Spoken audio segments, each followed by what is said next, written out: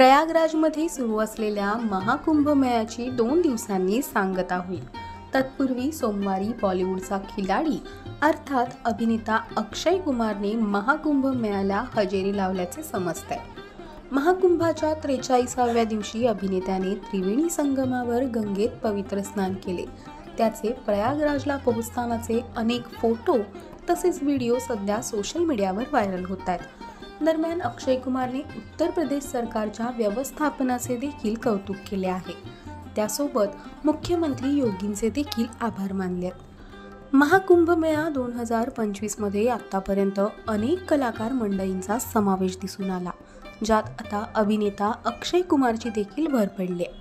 कडक सुरक्षेत अभिनेत्याने त्रिवेणी संगमात पवित्र स्नान केले आणि यावेळी माध्यमांशीही संवाद साधला.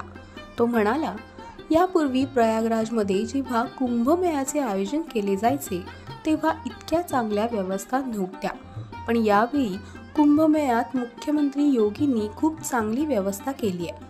अगदी अंबानी, अदानीपासून ते बॉलिवूडमधील अनेक मोठ्या कलाकारांना इथे संगमात स्नान करण्याची संधी मिळाली. यासाठी मी मुख्यमंत्र्यांचे मनापासून आभार मानतो.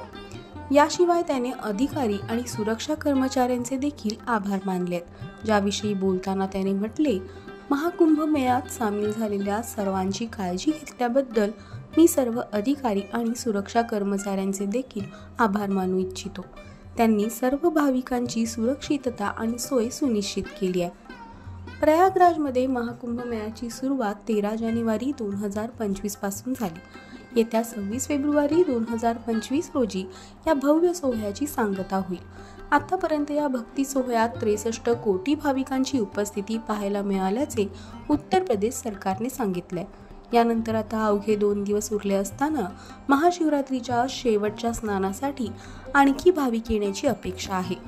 यंदा महाकुंभमेळ्यात सामान्य भाविकांसह अनेक राजकीय नेते आणि बॉलिवूडचे कलाकार सामील झाल्याचे पाहायला मिळाले, ज्यामध्ये अनुपम खेर, सोनाली बेंद्रे, मिलिंद सोमण, रेमो डिसूजा, तमन्ना भाटिया, गुरु रंधावा, पूनम पांडे, हेमा मालिनी, तनिषा मुखर्जी, निम्रत कौर आणि इतर अनेक बॉलिवूड सेलिब्रिटींचा समावेश आहे.